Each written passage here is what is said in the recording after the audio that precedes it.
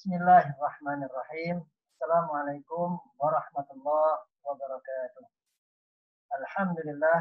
Wassalatu wassalamu ala rasulillah wa ala alihi wa ashabihi wa man walah wa la hawla wa la quwwata illa billah. Kaum muslimin wal muslimat rahimakumullah. Kajian kita kali ini melanjutkan dari bingkai memahami Islam. Ini adalah bingkai yang kedua dari seri kajian memahami Islam, yaitu tentang sumber hukum Islam.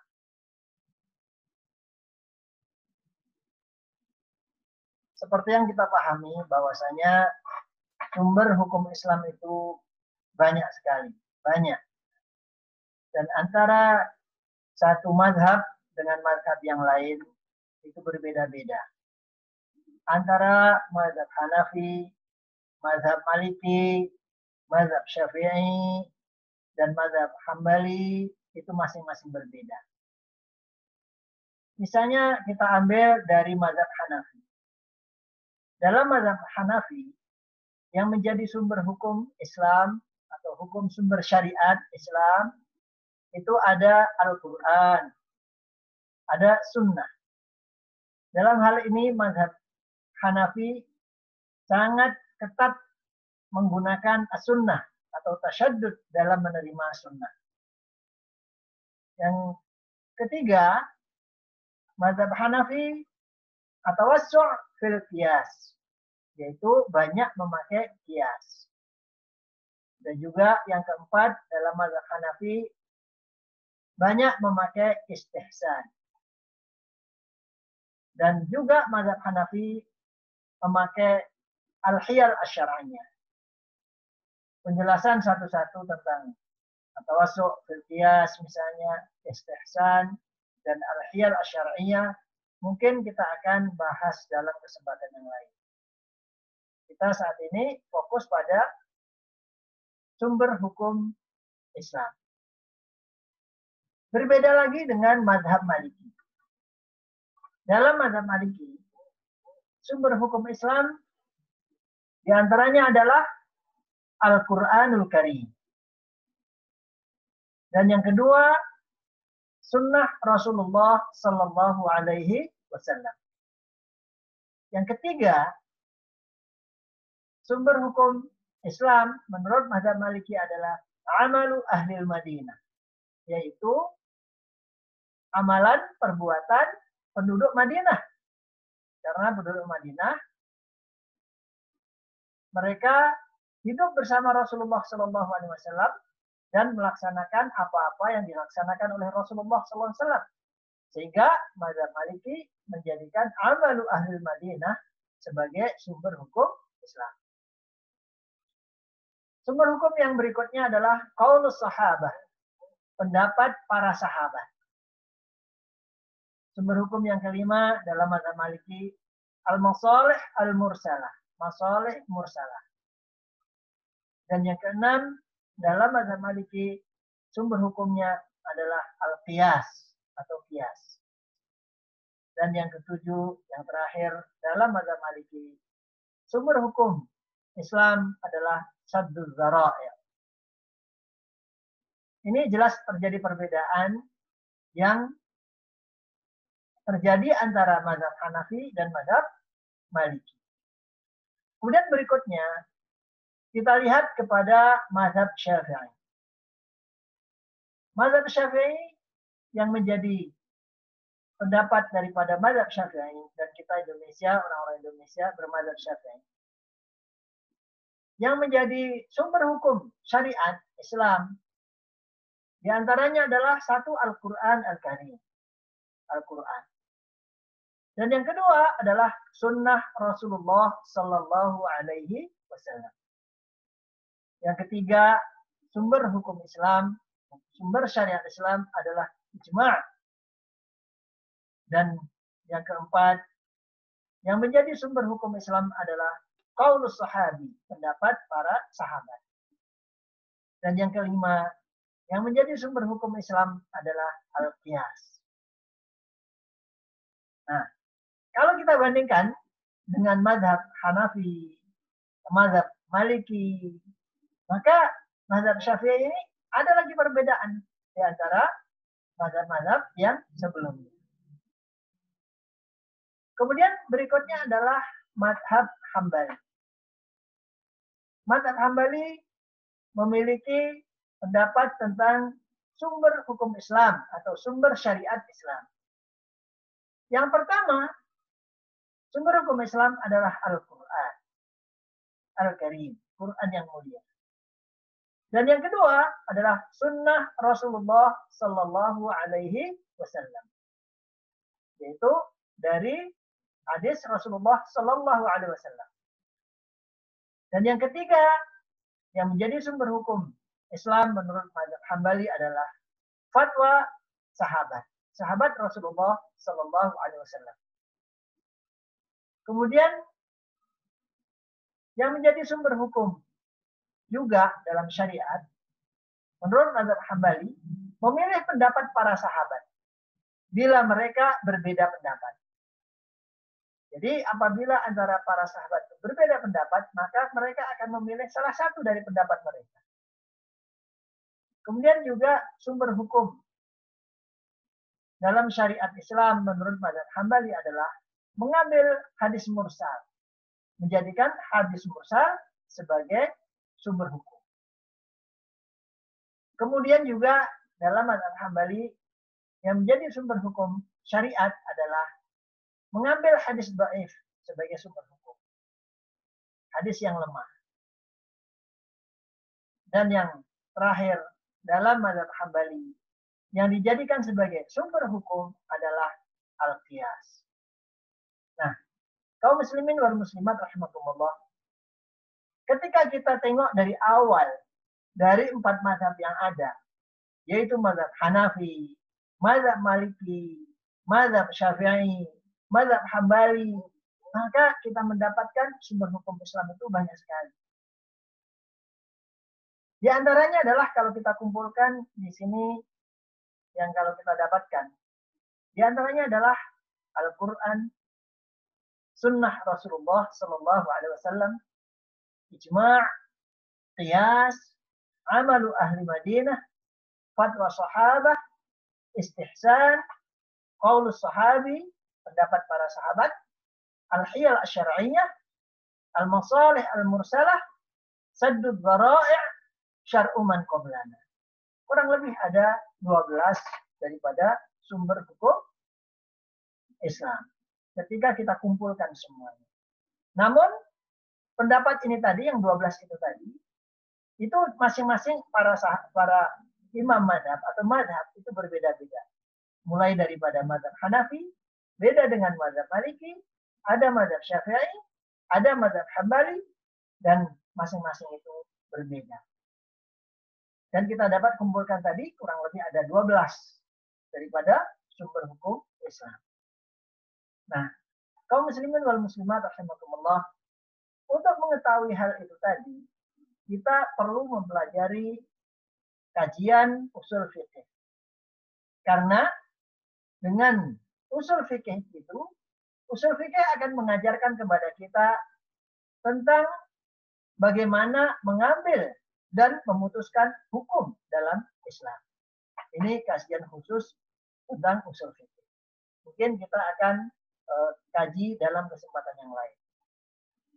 Kaum muslimin yang muslim dan muslimat rahimakumullah, ketika kita teliti dari sumber-sumber hukum Islam tadi, ternyata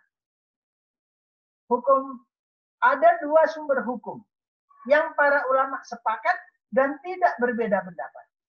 Baik itu mazhab Hanafi, ataupun mazhab Maliki, atau mazhab Syafi'i, dan mazhab Hambali. Sehingga ada 2 sumber hukum ini, inilah yang mungkin kita harus kembali kepada keduanya untuk menghindari perbedaan pendapat. Apa itu keduanya itu? Yaitu Al-Quran dan Sunnah Rasulullah Sallallahu Alaihi Wasallam. Sehingga kita harus menjadikan sumber hukum Islam itu dua ini, yaitu Al-Quran dan Sunnah Rasulullah Sallallahu Alaihi Wasallam. Dan ketika kita kembali Al-Quran dan Sunnah, bukan karena menolak sumber-sumber hukum yang lain, tetapi dalam rangka untuk mendapatkan titik temu di antara para ulama dan titik temu di antara para mazhab, di antara mazhab-mazhab tadi. Jadi ketika kita mengambil Al-Quran dan Sunnah, bukan untuk menolak sumber hukum yang lain, tidak. Tapi yang pokok yang harus kita sepakati, yang kita harus ambil adalah Al-Quran dan Sunnah Rasulullah Sallallahu Alaihi Wasallam. Selanjutnya silahkan. Anda mau bermadzhab Hanafi, mazhab Hambali, ikuti. Mazhab Syafi'i, silahkan. Mazhab Maliki, silahkan. Tapi yang kita tahu semuanya, keempat mazhab tersebut semuanya kembali merujuk kepada dua sumber yang sepakat, yaitu apa? Al-Quran dan Sunnah Rasulullah Sallallahu Alaihi Wasallam. Sehingga itulah yang harus kita jadikan sebagai rujukan. Ini dalam rangka untuk menyatukan umat. Kaum muslimin wal muslimat rahimakumullah, antara Al-Quran dan Sunnah, kedua-duanya merupakan satu kesatuan sumber hukum dalam Islam. Al-Quran tidak bisa dipisahkan dari Sunnah. Dan Sunnah juga tidak bisa dipisahkan dari Al-Quran. Ketika seseorang hanya mencukupkan dengan Sunnah Rasulullah saja, tanpa Quran, berarti sudah menghancurkan Islam. Begitu juga sebaliknya. Ketika seorang hanya mencukupkan dengan Al-Quran saja, tanpa menggunakan sunnah, dan itu seperti yang dilakukan oleh ingkarus sunnah, orang yang mengingkari sunnah, berarti sudah menghancurkan Islam itu sendiri. Kenapa? Karena Islam,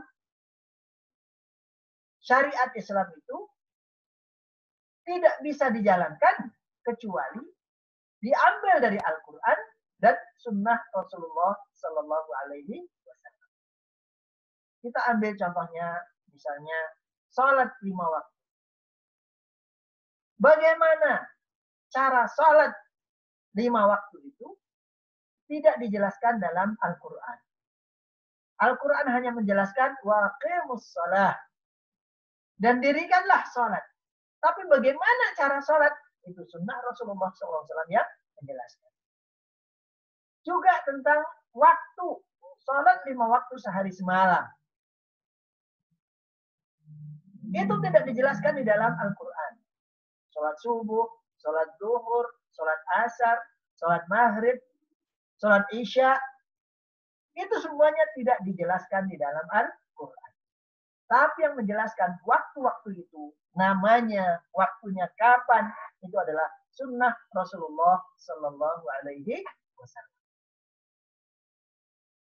Sehingga dalam hal ini kita tidak bisa memisahkan antara Al-Quran dan sunnah Rasulullah Sallallahu Alaihi Wasallam. Apabila ada orang yang mencukupkan Al-Quran tanpa sunnah, maka dia sebenarnya ingin menghancurkan Islam itu sendiri. Dan apabila dia mencukupkan dengan sunnah tanpa Quran, maka sama saja, yaitu ingin menghancurkan Islam. Kaum muslimin wal muslimat rahimakumullah, bagaimana memahami Al-Quran? Untuk memahami Al-Quran, ada beberapa alat yang harus kita ketahui. Yang pertama, harus mengetahui bahasa Arab. Yang kedua, harus mengetahui kaidah-kaidah bahasa Arab. Dalam bahasa Arab ada kaidah-kaidahnya, ada nahwu, ada sharaf, ada balaghah. Semua harus diketahui. Untuk memahami Al-Quran juga harus memahami syair jahiliyah, syair jahili. Yaitu syair yang ada pada zaman Nabi saat itu. Karena bahasa Al-Quran adalah bahasa yang berkembang saat itu. yang tidak bisa dipahami dengan bahasa sekarang, tapi harus dengan memakai bahasa yang berkembang saat ini. Mungkin suatu saat kita akan jelaskan pada kesempatan yang lain. Berikutnya bagaimana kita memahami Al-Quran. Kita harus memahami sebab turunnya Al-Quran. Bagaimana Al-Quran itu turun. Peristiwa apa yang mengikutinya. Ayat ini, surat ini, dan seterusnya. Juga kita untuk memahami Al-Quran juga harus mengetahui sejarahnya. Surat mana yang turun duluan. Surat mana yang turun belakangan. Ayat mana yang turun duluan. Ayat mana yang turun belakangan. Hukum mana yang turun duluan. Hukum mana yang turun belakangan. Begitu seterusnya. Kita harus mengetahui sejarahnya. Kemudian juga bagaimana kita memahami Al-Quran. Memahami Al-Quran harus mengetahui tafsiran para ulama, para sahabat, dan tafsiran Rasulullah SAW dengan terhadap ayat-ayat Al-Quran itu sendiri. Kemudian juga untuk memahami Al-Quran, kita juga harus membaca tafsir-tafsir Al-Quran. Kaum muslimin wal muslimat rahimakumullah, tafsir ada dua. Yang pertama namanya tafsir birriwayah atau tafsir bil maksud. Yaitu tafsir Al-Quran yang berdasarkan dari riwayat yang bersambung kepada para ulama-ulama, kepada tabi'in, kepada sampai para sahabat hingga ke Rasulullah SAW. Sehingga tafsir birriwayah itu mencantumkan penafsiran para ulama, tabi'in, para sahabat zaman dahulu dengan sanad yang menyambung sampai kepada mereka. Yang kedua, tafsir Al-Quran itu ada tafsir dirayah. Yaitu tafsir Al-Quran berdasarkan penafsiran pemikiran yang sehat. Bukan sembarang pemikiran. Dan pemikiran yang baik. Bukan pemikiran yang jelek. Dan pemikiran yang benar. Bukan pemikiran yang salah. Dan itu tidak bertentangan dengan Al-Quran dan Sunnah Rasulullah Sallallahu Alaihi Wasallam. Bukan pemikiran yang mengikuti hawa nafsu, tidak. Kaum muslimin wal muslimat rahimakumullah. Ada beberapa contoh tafsir birriwayah atau biasa disebut dengan tafsir bil ma'tsur. Di antaranya tafsir bil ma'tsur itu apa? Tafsir Al-Quran terhadap Al-Quran. Jadi ayat Al-Quran ditafsirkan oleh ayat Al-Quran yang lain. Tafsir hadis terhadap Al-Quran. Ada Al-Quran, ayat Al-Quran, kemudian ada hadis Rasulullah yang menafsirkan ayat itu. Ada tafsir Al-Quran ditafsirkan oleh para sahabat. Ada tafsir Al-Quran ditafsirkan oleh tabi'in. Begitu seterusnya. Yang itu dicantumkan oleh para ulama tafsir secara bersambung sanadnya sampai kepada pemilik pendapat daripada tafsir-tafsir tersebut. Ini namanya tafsir birriwayah atau tafsir bil ma'tsur. Yang kedua adalah tafsir ad-dirayah. Ad-dirayah artinya adalah akal, pengetahuan, logika. Apa itu tafsir dirayah? Yaitu tafsir dengan menggunakan akal pendapat yang sehat, pendapat yang baik, dan pendapat yang benar. Bukan pendapat yang sakit, atau pendapat yang jelek, atau pendapat yang salah. Atau tidak boleh menafsirkan dengan hawa nafsu. Ya. Logika yang mengikuti hawa nafsu tidak boleh. Kaum muslimin wal muslimat rahimakumullah. Ketika kita memahami Al-Quran, maka syarat menafsirkan Al-Quran itu harus berdasarkan bahasa Arab. Berdasarkan kaidah-kaidah bahasa Arab. Bukan kaidah bahasa lain. Sehingga kembali kepada bahasa Arab itu sangat-sangat penting dalam menafsirkan Al-Quran. Ketika kita menafsirkan Al-Quran birra'i dengan pendapat dan dengan memahami bahasa Arab, Maka ada dua syarat, dua hal yang diminta, dituntut untuk menafsirkan. Yang pertama adalah tafsir itu tidak takalluf. Takalluf artinya melakukan hal-hal yang tidak berarti. Hal-hal yang sulit atau hal-hal yang tidak dimampui. Atau yang mengada-ada. Kemudian yang kedua, syarat yang kedua untuk menafsirkan Al-Quran. Tidak boleh ta'assuf. Ta'assuf artinya adalah berjalan tanpa ilmu dan tanpa hidayah dan mengambil jalan dengan tanpa mengarah pada kebenaran. Tanpa pemikiran, tanpa renungan, dan tidak kembali dari perbuatan-perbuatan yang zalim. Atau menafsirkan ayat itu seenaknya sendiri. Seenaknya dewe. Jadi tidak ada bimbingan ilmu, tidak ada jalan yang mengarahkan, tidak ada jalan kebenaran yang dia jalankan. Contoh-contoh, beberapa contoh penafsiran yang tanpa ilmu misalnya. Contohnya ada seorang yang menafsirkan kadzabu bi ayatina kulliha fa'akhadnahum akhda azizin muqtadir. Al-Quran surat Al-Qamar ayat 42. Mereka telah mendustakan ayat-ayat kami. Ada yang menafsirkan mendustakan ayat-ayat kami itu ditafsirkan dengan Sayyidina Ali radhiyallahu anhu.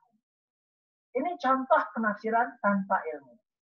Padahal jelas ayat sebelumnya dalam surat Al-Qamar ini, tepatnya adalah surat Al-Qamar ayat 41, Allah SWT mengisahkan tentang kisah Fir'aun dan Nabi Musa alaihissalam. Walaqad jaa'a ala Fir'aun an-nuzur. Jadi kisahnya ini kisah tentang Fir'aun dan Nabi Musa alaihissalam. Kenapa ini ditafsirkan dengan ayat-ayat kami itu kepada Sayyidina Ali? Tentu saja ini adalah penafsiran yang tanpa ilmu. Contoh daripada penafsiran yang dipaksakan. Allah SWT berfirman, A'udzubillahi minasyaitonir rajim. Innama waliyukumullahu wa rasuluhu walladzina amanu alladzina yuqimuna as-salata wa yu'tuna zakata wa hum raki'un. Ini ditafsirkan Sayyidina Ali radhiyallahu anhu menggerak-gerakkan jarinya yang ada cincin agar diambil oleh orang fakir yang datang kepada beliau, dan saat itu beliau sedang dalam keadaan rukuk sholat.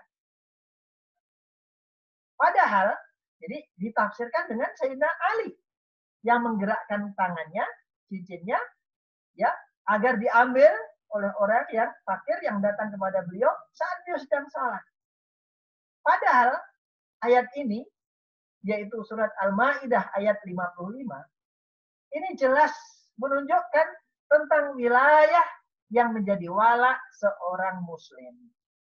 Bukan kisah tentang Sayyidina Ali radhiyallahu anhu. Contoh lagi daripada penafsiran yang dipaksa-paksakan dan penafsiran yang tanpa ilmu. Allah Subhanahu wa taala berfirman dalam surat At-Taubah. A'udzubillahi minasyaitonir rajim. Fasihu fil ardi arba'ata ashhur. Fasihu fil ardi arba'ata ashhur. Maka berjalanlah kamu, kaum musyrikin, di muka bumi selama 4 bulan.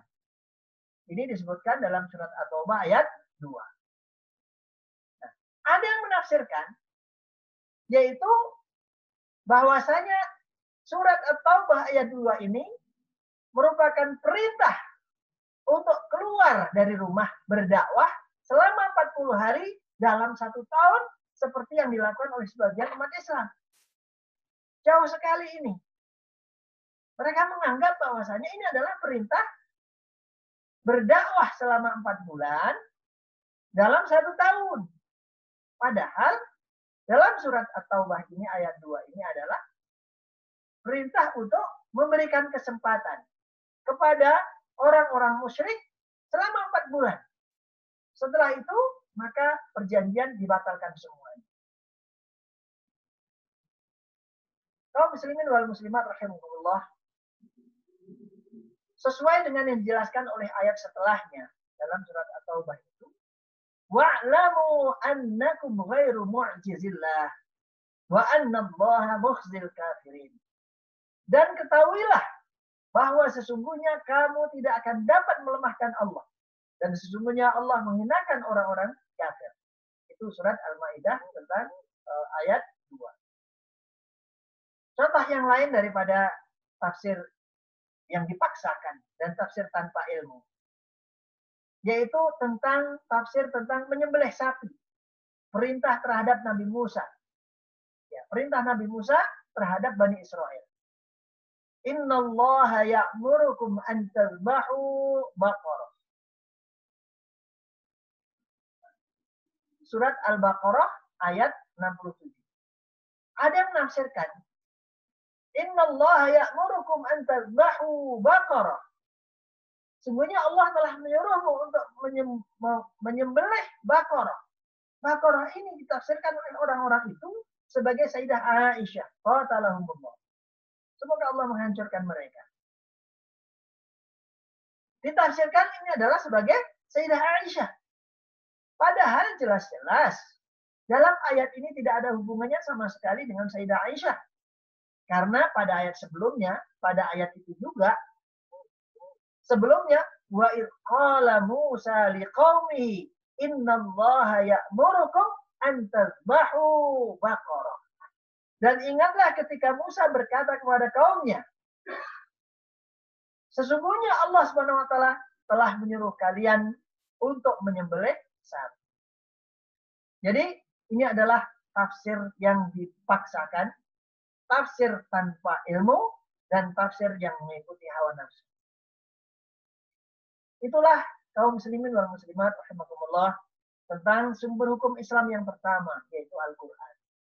Dan bagaimana cara memahami Al-Quran? Dengan melihat tafsir. Kita sudah tahu pembagian tafsir, sebagaimana saya sebutkan tadi, ada tafsir riwayah, ada tafsir dirayah. Kemudian juga ada 2 syarat ketika kita harus memahami tafsir. Menafsirkan dengan bahasa Arab. Dan kemudian kita tidak boleh menafsirkan itu dengan takalluf. Dipaksa-paksakan. Ta'assuf. Dengan kebodohan. Dan tidak mengetahui tanpa ilmu pengetahuan. Kemudian yang kedua, sumber hukum Islam yang kedua, yaitu bagaimana kita memahami hadis. Sedang untuk memahami hadis, harus kembali kepada ulama-ulama hadis yang dipercaya. Ulama hadis at-thiqat. Yaitu ulama-ulama hadis yang dipercaya. Disinilah perlunya kita mempelajari ilmu hadis. Maka dengan pemahaman tadi, kita bisa mendapatkan pemahaman yang utuh. Yaitu sumber hukum Islam yang disepakati oleh para ulama ada 2. Yaitu Al-Quran dan Sunnah. Ini bukan berarti menolak sumber hukum-hukum yang lain. Yang diikuti oleh mazhab Hanafi, mazhab Syafi'i, mazhab Maliki, mazhab Hambali, dan seterusnya. Tidak. Tapi kita ingin mencari titik temu antara sumber-sumber hukum tadi menurut mazhab dan para ulama. Ini dalam rangka untuk menyatukan umat dalam satu kesatuan yang kita sepakati bersama, yaitu Al-Quran dan Sunnah Rasulullah Sallallahu Alaihi Wasallam. Sebagai penutup, saya bacakan sebuah ungkapan menarik tentang masalah ini. Wal Qur'anul Karim wa sunnatul mutahharatu marji'u kulli muslimin fi ta'arrufi ahkamil Islam. Wa yufhamul Qur'anu tibqan liqawa'idil lughatil arabiyyati min ghairi takallufin wala ta'assufin.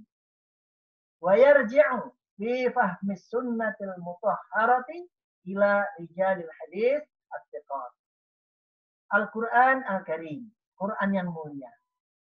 Dan sunnah mutahharah, sunnah yang suci, merupakan rujukan semua orang muslim untuk mengetahui hukum Islam. Dan Al-Quran Al-Karim dipahami sesuai dengan kaidah-kaidah bahasa Arab tanpa takalluf dan tanpa ta'assuf.